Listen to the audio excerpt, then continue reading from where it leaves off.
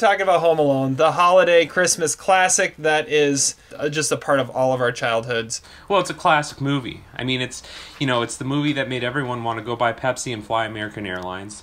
It's the movie that introduced a young Macaulay Culkin to the world, and he became the biggest superstar, kid superstar for about 4 or 5 years there. He was on a solid run. Brief, gleaming time. Macaulay Culkin was the king of Hollywood, and this was his crowning achievement. This was a movie that was directed by Chris Columbus, who, as a result of this movie, went on to bigger things like Mrs. Doubtfire and the first Harry Potter movie.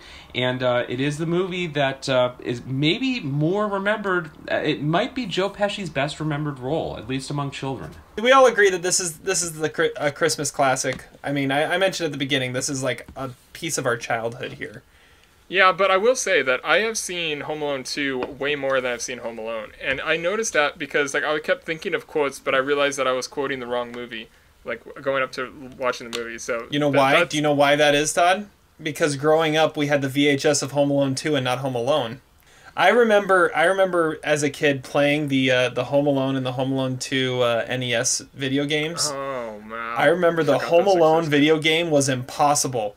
You were just placed in the house and you had to like survive 30 minutes in the house with people chasing you until the cops showed up, and that was the entire game. The game lasted a half hour, and that was it. But you were lucky if you could make it 10 minutes. And the Home Alone 2 video game was really hard too, but not as hard as I don't think we ever beat either of them. Anyways, okay, highest war. That's usually what we start with here. I think the highest war it's probably Joe Pesci because I feel like he's angry and funny, and I don't know who else really could play it quite like that. Like Raja. I mean, I don't even know what that sound is that he's making, and it's so awesome because it's just Joe Pesci. That's why I always thought he should play the Penguin, but. I don't know. I love Joe Pesci in this movie, and I can't picture anybody else doing it. Like, if they were to remake it, it would just be a shame. Yeah, that's a good call. I think you're right. He might be the most irreplaceable. Because nobody else has that kind of energy. Yeah, I completely agree with that. I think he's kind of the obvious highest war performance, but for sake of argument, I'll mention what I think is the second highest war performance, which is Katherine O'Hara as... Kevin McAllister's mom, Kate, because I think it's sort of a tricky role because on the one hand you have to be kind of mean and, you know, she mistreats Kevin at the beginning of the movie. She comes off as really cold and uncaring, but you have to believe that she really cares about her kid, because one of my conspiracy theories about this movie that I'll just push out there right now is that were Katherine O'Hara not on this trip with the McAllisters, I think they all would have just left Kevin in Chicago and enjoyed their Christmas in Paris and not really worried about him. Katherine O'Hara is the only one who really like sees any value in Kevin, and actually describes about missing him and being scared and worried about him, whereas Buzz wouldn't be so lucky. So I think that takes a strong performance, and Katherine O'Hara is a great underrated actress, underrated comic actress, but who also has a lot of soul and emotion in this role too. Yeah, and what's interesting about her is like 90% of her career is sketch comedy and Christopher Guest stuff, and the other 10% is Home Alone. Yet that's what she's remembered for. Everybody knows her as the mom from Home Alone, and every now and then you might get oh yeah, and she did a couple of those Christopher Guest movies and Beetlejuice, but that's about it. And Beetlejuice, yes. What am I going to go with that's different than what you guys have already said? Because you guys have kind of said it. I mean, those two are the best. I love Daniel Stern, but I don't necessarily think he's got a high war. Macaulay Culkin's a really high war, too. I think so. I need to find a child actor that's that interesting to watch at that, especially at that age. I don't know. I think he was my second choice. Yeah, you could easily go with Macaulay Culkin. Macaulay Culkin, I mean, nothing really... the fact that he created this phenomenon around him is pretty telling of how awesome he was and how unique that whole situation was. If I were to come up with a runner-up to that, I mean, I love John Candy. And so, whenever he's in anything, it's kind of hard to say he's replaceable. But see, John Candy brought something different, though, because he was that big imposing presence, but also he just was funny, and he wasn't really the physical comedian that the other ones were. He just was funny. So anyways, yeah, I'll go Macaulay Culkin with a runner-up of John Candy just to be different, but you guys pick the top two. We always go to worst performance. Worst performance. Okay. Very hard with this movie because there's a lot of good performances in this movie. The one I came up with was Jimmy the drugstore employee, but he's actually listed in the credits, I think, as the manager, which I would never have gotten. He's like a half-ass security guy. He's wearing an apron. I don't know how he's the manager, but I don't know. Shoplifter! Yeah, shoplifter. He's like, I don't know. It's like a character out of like a Jimmy Stewart movie or something. Like he's way out of place and he's terrible. He's like a 15-year-old and he's the manager of that store, supposedly. I was gonna ask what the store was called, but that'd be really hard. It's Hubbard something. I was noticing it because I thought you might ask that question. It's like Hubbard Shop or something. Yeah, I didn't write it down because I was like, yeah, they're never gonna get that. But apparently you would have had a guess. Worst performance for me is Jeffrey Wiseman as Mitch Murphy, the kid across the street who annoys the drivers of the vans. These vans get good gas mileage. Bring back something French. Gee, kid, I don't know. Beat it, okay? Yeah, he's really annoying. You know, he's like taking pictures. He's grabbing their stuff in the bag, and I don't know. I mean, okay, maybe it's not like maybe it's more the character than the performance, but he's really annoying. And in a movie that I think has really tightly compacted and realistic rationale for why Kevin gets forgotten, he's the one piece that kind of sticks out as sort of clumsy. Like you get this kid in one scene in the movie, like, and he's never seen from again. But whatever. All right. Was he really he was really a Murphy though? Like the Murphys were gone. That's why they were at their house. Well, they left. I think they left after the same day. Yeah, maybe. It must have been the same day. Yeah. He never says his name. I don't think. Yeah, he does. He says, "I'm Mitch Murphy. I live across the street." Oh yeah, he does. Otherwise, how would we know his name?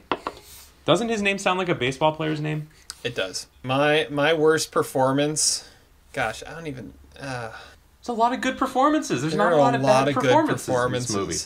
Like, you know, there's not a lot of big performances, and they're not Oscar performances necessarily, but in the, you know, the minor characters are really well cast. This is a movie that's really well cast. Did anyone actually know that Kieran Culkin was Fuller? I had no idea. I had forgotten that too. I had never known that until watching it back. Or that Hope Davis is the French, like, airport lady. I was like, what? Since when is that? I didn't even realize that. Yeah, for a long time I remembered it being Julie Delpy, which would have made more sense. I'm gonna go worst performance is the guy in the polka band that's renting the van. Oh, the one who waves? Yeah, the one who waves. That was a very unconvincing wave. Yeah, and like, how does he even hear them halfway across the airport? It's like perfect timing with his wave, too. I know. Yeah, that's what I'm going with, because I really can't... I mean, unless you want to get picky on the kids, which is really just poor to do. That's what I'm going to go with. I believe the driver's name is Ziggy, and he has not met his kid. Yes, that's it. That's right. I read somewhere that, like, all of John Candy's lines in this were improvised. And he was there, like, only a day. I was going to ask this. So there's a really interesting documentary now on Netflix where it's called The Movies That Made Us, and they have like 4 mini episodes, and one of them is about Home Alone. And so I don't know, have you guys watched that or heard of that? It's really worth watching. So it's like a 45-minute program on the making of Home Alone, and it's pretty funny. They talk with Chris Columbus and a lot of the people who made the film, and they talk about how John Candy could only be on set for 24 hours. Because he was in the middle, he had some other obligation, and they like filmed him for 23 and a half of those 24 hours, and apparently he was annoyed by that. But he still did it, and he did it for like minimum pay. He was paid like $200. Good for him. I love John Candy, man. The other thing apparently he loved John Hughes. The other thing that show revealed that I didn't know about this movie, I've seen this movie 50 times. I had no clue about this until seeing in the documentary. Did you know that the whole McAllister house, the inside of the house, was a set that was built in a high school gymnasium? The house was a set in a high school. You would never believe that watching the movie, but they actually show pictures of it, which is amazing. Wow. And in the scene in the Murphy's house at the end of the movie where it's getting flooded because the wet bandits have left on the faucets was in a high school swimming pool. I read that. Wow. Yeah, that's pretty amazing. Yeah, the documentary also talks about how like the movie was made for very little money, and it was originally produced by Warner Brothers, but they were being cheap asses about it. When the movie went like $1 million over budget, which is a very small amount, Warner Brothers got really fed up and shut down the production of it, and of course they ended up losing what was one of the biggest box office films of all time. So it shows you a lesson for being cheap if you're a studio. I was reading something also that Joe Pesci and Daniel Stern had zero faith in this movie actually hitting it big. Yeah, so I heard that about John Hurd too. Yeah, but Pesci and Stern, they were talking about it, and they basically just decided to be as over the top as possible and just have fun with it. And that's how we get the Harry and Marv that we know and love. Well, they lurk around like they're Disney like animated villains. Like you're watching Beauty and the Beast or something like that. Like when they're like, oh, I thought they left this morning, and then they run up the stairs. Like they're lurking around like they're like, I'm like, they're cartoons. But it's kind of awesome. Where'd he go? Maybe he committed suicide. That's a great line. Apparently that was completely improvised. That was just Daniel Stern off the cuff. Daniel Stern is a great actor. I mean, I know, Todd, you were a fan of his work because you love Diner so much. Oh, of but course. like, Breaking Away, of course, he's great in Breaking Away. He's great in a small role in Hannah and Her Sisters. Like, I wish that guy had more of a career because he's awesome. I know. I always thought that he was one of those guys that could have turned into like Jeff Daniels, who would have some really good serious roles or something. I think we should move on to favorite minor character because, like we've been saying, there's a lot of great minor characters in this movie. All right. Yeah, I have two, but I feel like Terry should go first because he keeps getting left with nothing. So go for it, Terry. This is true. I'm gonna go with the cast of the movie he's watching. Angels What? with filthy Angels with filthy souls. Yeah, that's what I'm going with. Johnny Great. and Snakes. I'm gonna give you to the cat of 10. Yeah, that's the fact that they just bust that out is just awesome, and it's totally just they filmed it just for this movie. It's great. Yeah, that was on my favorite movies I wish, or favorite fake movies I wish were real list that I made like 8 or 9 years ago. Like, and that still is near the top. It looks like a totally awesome old school like 1920s gangster movie starring James Cagney. Yeah, It's that's amazing. what I'm going with. All right, who's next? I'm going to go with Officer Balzac and Rose, who are in the village police.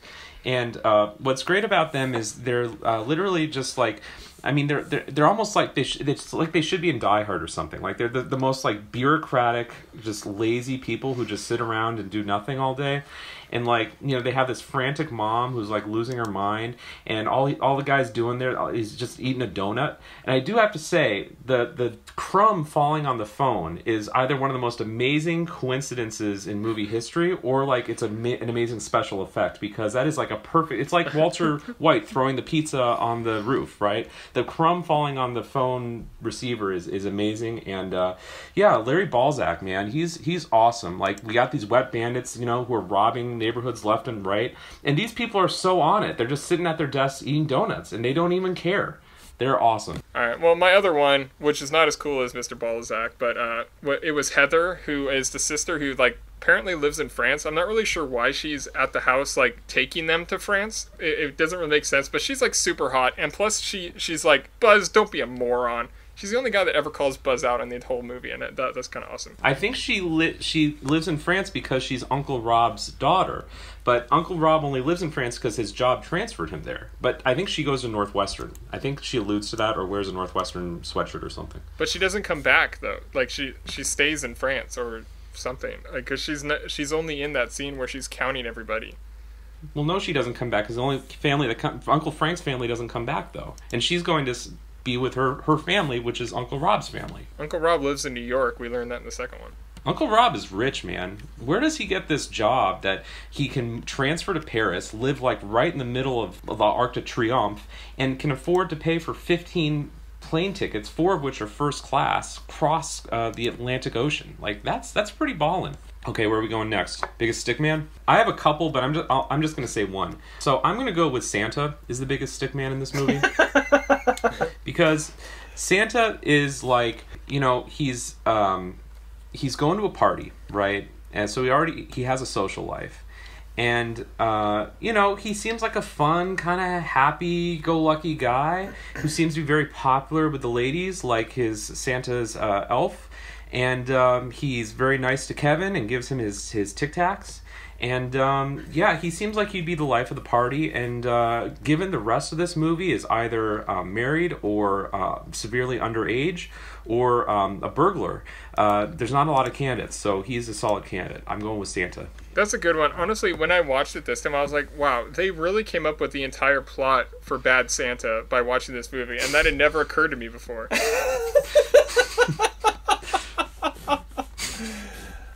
Oh man, that's good.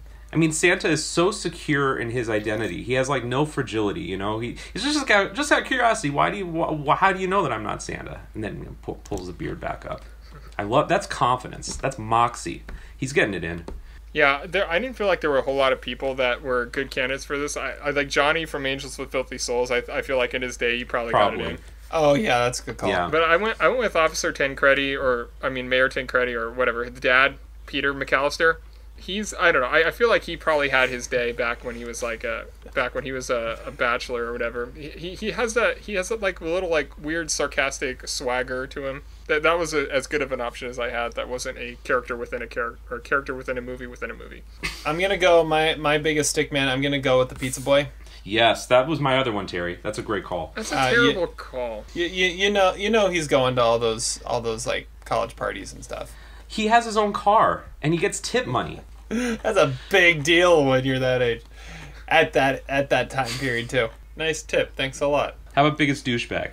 I mean, when we did our biggest douchebag podcast, I put Buzz on my list, I believe. So I feel like that's got to be the choice. I was gonna say, is there another choice other than Buzz? I think there are a lot of choices. I remember saying that he is the youngest douchebag that we mentioned by far. I mean, he's sitting there asking if the nude beaches are going to be open at Christmas. That's like the douchiest thing you could possibly say in that situation. Is it true that French girls don't shave their pits? I have to go Buzz. I can't even come up with anything else. Buzz. Wow, really? I think one of the brilliant things about this movie is that I think basically every character in this movie you could say is a douchebag. I mean, even Kevin has some very seriously douchey moments. Buzz is certainly up there, but how could you not put at least a mention of Uncle Frank?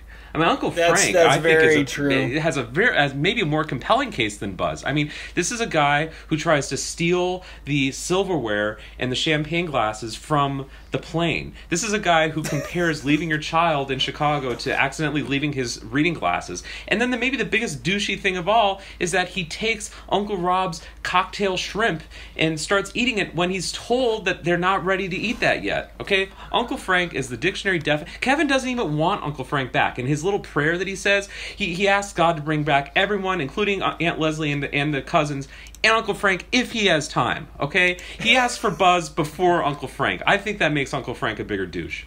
He takes the pizzas but refuses to pay for them. Yeah, exactly. This is my brother's house. He can pay for it. Well, the problem is, I feel like his douchiest moments are in the second one, though. Like, that's everything very true, I picture of Uncle Frank, that he's way worse in the second one. I just remember him singing in the shower in the second one. I don't remember much of him in the second one. I will say, I saw a meme on Facebook about this a couple weeks ago, and I totally agree, especially watching it. Like, throw out any horror movie you want. One of the most cringe-worthy moments in any movie I have ever seen is watching the nail go through Marv's foot. Like, that is just like... It's like slow motion, though. I know, and it's like the worst ever. Who's a better screamer, Macaulay Culkin or Daniel Stern? Daniel Stern. We get some epic screams in this movie. I mean, we got this sort of George of the Jungle scream when the nail goes into his foot, but I personally love the scream with the tarantula on his face, because they could shoot that scene 1,000 times and you would never hear that quite exact of a scream. That's an amazing scream that I almost want to make like my ringtone on my phone or something. Yeah, the frequency he hits is pretty epic. And then the look of sheer like worry and panic on Joe Pesci's face. What are you doing, Marv? What are you doing? What are you doing, Marv? What are you doing? Marv? Did I get him? I didn't get him, you idiot, you jerk! What was the best trap that Kevin set? Oh, good one. Good category. What was the best trap he set? I think having the forethought to put the tar on the steps with the nail was pretty ingenious there. Yeah, and it's dark down there. You can't see the nail. I really like the chicken feathers, because it's not like that's a painful thing. It just makes him look stupid. It's like very immature. Why are you dressed like a chicken? Why do you take your shoes off? I want to know where he got all those feathers too. Along with all the mannequins and the tar and basically everything else. I'm gonna say he ripped up a pillow. That's what I'm gonna say. Because you probably still had feather pillows at that in 1990. He got them out of a pillow. That's what I'm gonna say. That's probably true. But the mannequins are not very well explained. Maybe it's Peter McAllister's secret fetish. I'm gonna say having the one open window have the ornaments underneath it. That was. And having the forethought to realize that it was going to be the one that went in the basement was then going to try and get in through the window, so they wouldn't have shoes on at that point. I don't know. I kind of think the ornaments is sort of like lazy. I think like the chicken feathers is imaginative, and the iron as the light switch is very original. That is pretty good. That's ingenious. However, it was gonna take the stupid one to stand underneath that for long and realize before he realizes an iron's about to hit him in the face. That's very true. And then there's the little stuff like the micro machines. I mean, that was great. I mean that. Well, I want to know how it actually worked when he went over to the tree house on the rope. Like he's like, "I'm up here, you big horse's ass," and then like somehow they follow him up there, and then they try to go across the rope. It's like, why didn't one of them go downstairs or something? It was like... No, he wants us to go back down through his fun house of horror. they fell all the way down anyway, but yeah, I mean, that was a pretty good job. And then there's the line where he says, what, he's going to call the police from a treehouse, which in 1990 would have been a funny line, and today I'm sure the youth of America would not think that line is funny. They're like, what is he talking about? This movie could not be made today, because you realize... As soon as they realized it, they could have called from the plane. Like, Kevin! It's one of the things that makes old movies great. Like, this movie could not exist in 2019. There's no way you could make it in 2019. So, like, I mean, this would be a top 10 movie that would be destroyed if it was made today with the advent of cell phones. So, you just can't, they don't make them like they used to. I've always been intrigued by how nonchalant Kevin is about discovering Buzz's Playboy magazine. Like, he just kind of looks at it and is repulsed by it and then throws it away. Well, he also was about his girlfriend. That's true. Woof. So, I was reading on the IMDb trivia page. Apparently his girlfriend was portrayed by the art director's son, and they dressed him up like a girl because they didn't want to make fun of a girl like that.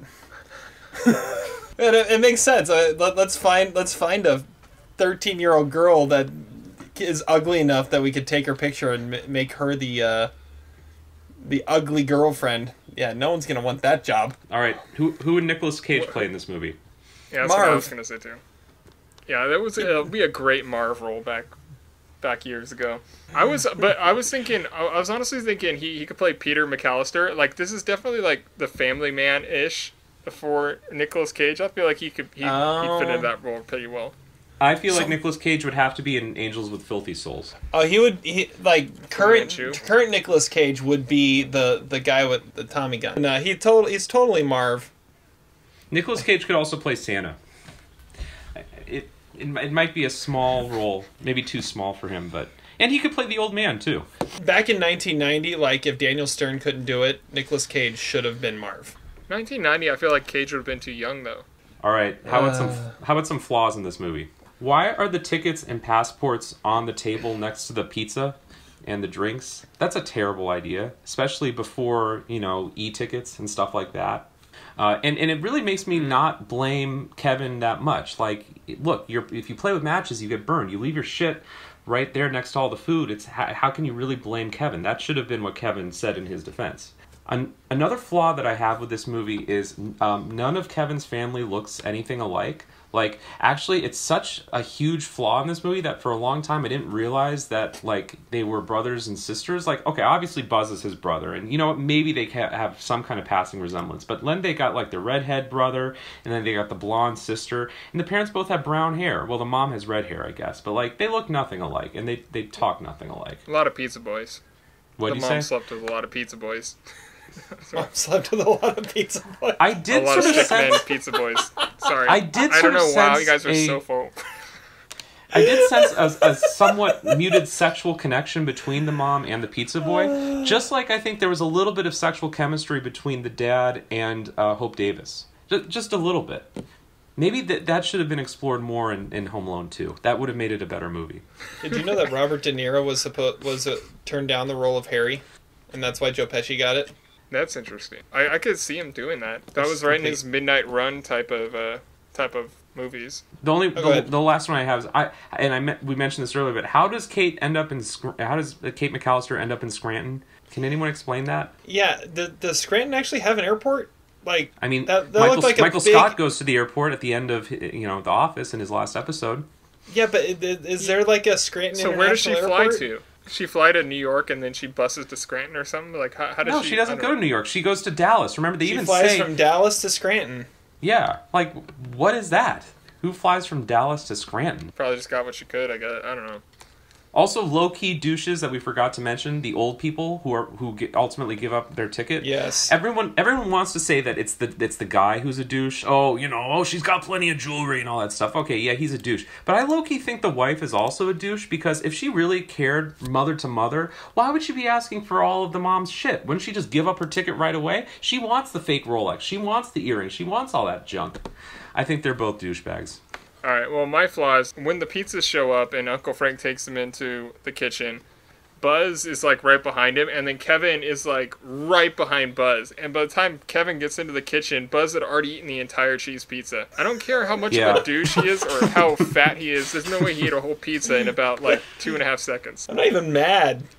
I'm just impressed. Another one, the cop and the airport worker in France, somehow, like, for, like, half a scene, they all just sound really Russian, and like, it's, like, out of nowhere. They changed their accent to Russian from French, like, out of nowhere, that was really distracting. And the other one is, so the cars at their house are parked, like, halfway out of their garage. I don't know how you could possibly miss that the garage door was open. Like, and that garage, they show it from the side. It's not connected to the house, but it is a huge garage. It's not like they didn't have enough room in there or something. They're just halfway out the garage. That's how they parked the cars originally. And I'm just like, how do you not notice that you left your garage door open? And what else do they have in there? Like, is it really that he's just like, oh, I left the garage door open.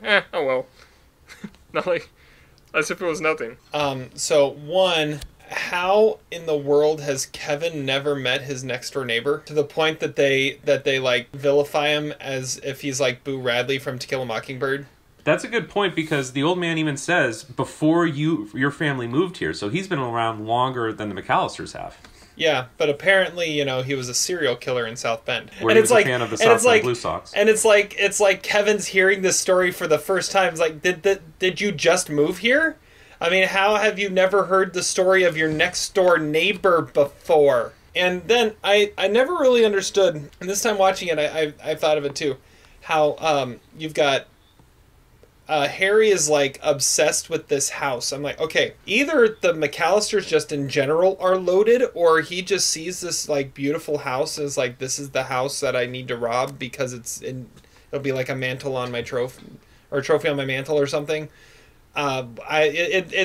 His obsession with this house is completely unfounded and not It's explained. the best one on the street, though. I know, that's a monster property. It is a huge house. It is. It's like in the original Yours, Mine, and Ours or something like that. Ever since I saw it, I wanted it. I don't know. I don't know. I was just like, but it's just... yes, it's a nice house, but I just found it interesting. Can we talk about the end of this movie for a second? Maybe this is another flaw, but like... Yes. So the police come, but they don't talk to Kevin at all, and they don't talk to the old man at all. And somehow the house is miraculously cleaned up of everything, with the exception of Buzz's bedroom. So, like, what happened? That is a very valid point that I never thought of. Yeah.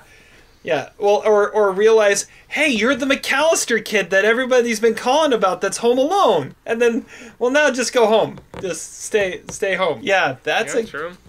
That's a great point. I think we're at MVP and LVP. I think you're right. My LVP is Marv. Because he goes down as one of my probably top 10 dumbest characters of all time. He's such an idiot criminal that he has to come up with a name for them so that the headlines can write about them when they obviously are going to get caught. I don't know. He only gets dumber. It's like Joey and Friends or something like that. He gets dumber as you go along, and I don't know. Like, he sounded like a snake. Like, what the hell does that even mean? He's so dumb. He's got to be one of the most LVP of any movie in the 90s. My LVP is the phone man from Ma Bell, because it does not look like it is that severe of a storm. It looks like a branch falls on the line, and he's already there fixing it. So why doesn't it get fixed, is my question. I mean, I realize he says it's going to take a few days, but like, just fix it, dude, okay? When the power goes out, it should not take several days. And it's not Christmas yet. He's the LVP because had he put the phone line together like he was supposed to, then, they could have communicated with Kevin, and, there wouldn't have been much of an interesting movie, but people would have been much more relieved. My LVP is Fuller. Oh, good one. He wets the bed and drinks an entire can of Pepsi at dinner, and then makes googly eyes at Kevin, being like, "Yeah, baby, I'm gonna pee on you tonight." Who would have thought that guy would have become like an Oscar caliber actor? I know. That's that would be the kid actor that would emerge from this franchise. Not Macaulay Culkin, but his little brother. Both of his little brothers, I feel like, are even better actors. But Macaulay in this movie is so, I don't know, he's amazing. Another flaw that I forgot to mention before. Have any of you ever noticed we never see Kevin's own bedroom? Yeah, it's true. We see the Good attic. point. We see Buzz's room. We never see Kevin's room. MVP. I'm going to say my MVP first. Go for it. My MVP, clearly, no contest, is John Williams. Because without John Williams, this movie is a silly, lighthearted, slapstick comedy John Hughes movie that maybe is forgettable, maybe has some good performances, but the John Williams music lifts this movie. And in the documentary about it, in the episode of the movies that made us, like Chris Columbus and the writers, they all joke that we never thought let's reach for the stars, let's get maybe we can't get John Williams, but we'll get someone as good as that. And they never ever realistically thought they could get John Williams to do it. It was just totally inconceivable. But John Williams saw the humor in it, and he wrote a classic score that is it's perfect for this movie. And he's the MVP and the highest war, maybe. And it really gives it heart. Like, the score is what gives it the heart at times, too. Absolutely. Yeah. I feel like you were probably echoing Ebert's review during that, except other than the John Williams stuff. A slight comedy that isn't really that interesting, whatever, blah, blah, blah. No, Ebert's biggest criticism is he didn't think that Kevin acted in a realistic way. He thought a kid would be more nervous and would call the police. It's like, yeah, Raj, okay, there's a buzzkill. Kevin calls the police and the movie ends. No Harry and Marv, no micro machines, no paint in the face, no spider. Like, that's lame. Well, it is in It's Chicago. called suspension of disbelief. I'm going to say my MVP is, I'm going to go John Hughes. I think we mentioned it a little bit. Todd, you mentioned it. I think you could easily say that this is like a live-action cartoon in a lot of ways of how it happens, how it's portrayed, and that is all because of this wacky story that John Hughes came up with and wrote. And I mean, of all the things that John Hughes was doing and all those, the 80s teen comedies and teen rom-coms that he was doing, he decides to write a family Christmas movie that is basically a live-action cartoon that becomes this instant classic because it's a Christmas movie. And I think he has as much to do with the success of the movie. And it's one of those where I remember it was a long time before I realized he's the one that wrote this. And when I found out, it was like, oh, that makes it even more impressive that someone like that came up with this. I mean, this feels like, someone writing one of their first scripts in Hollywood, just coming up through the comedy ranks. But an established guy like John Hughes going out of his wheelhouse for something like this, and that's very unheard of. And he penned a great story and a great script, and that's what helps make this movie what it is. All right, Todd, who's your MVP? All right. Well, you guys took the easy ones. My MVP has to be the tarantula, because I don't know, the tarantula it had to die at some point, but it didn't. He ate a bunch of mice guts, and I don't know, if it wasn't for that tarantula, he never would have gotten away. He would have gotten beaten to death at the bottom of those stairs. That tarantula just had to sit on a guy's forehead, and it completely saved a child's life. So he's the MVP of the story, and he's a shy little guy, but he's super intimidating. So Buzz indirectly saves Kevin. Yeah, so Buzz is like, yeah, he's I don't he's think Buzz like had the anything to do with MVP's it, but- offensive lineman or something. And instead of him feeding Kevin to his tarantula, Kevin feeds the burglars to the tarantula. Yeah, not just a bunch of mice guts. Yeah. Which I think is awesome that he feeds mice to the spider instead of the other way around. That's kind of awesome.